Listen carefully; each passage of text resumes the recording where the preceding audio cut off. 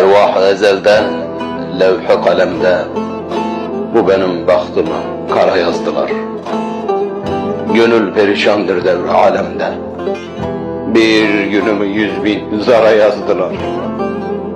Aşk benimle eyler daim kıylukal, daha sabretmeye kalmadı mecal. Derdim Taksim'dara kıldım arzu hal, dedi neylem baktım kara yazdılar. Dünyayı sevenler veli değildir, canı terk edenler deli değildir.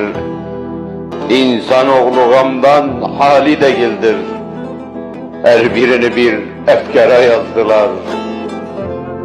Kadrimi bilmeze eyledim minnet, derdimi arttıran görmesin cennet.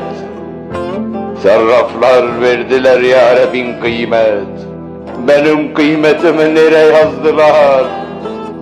Döner mi kavlinden sıdkı sadıklar, dost ile dost olur bağır yanıklar.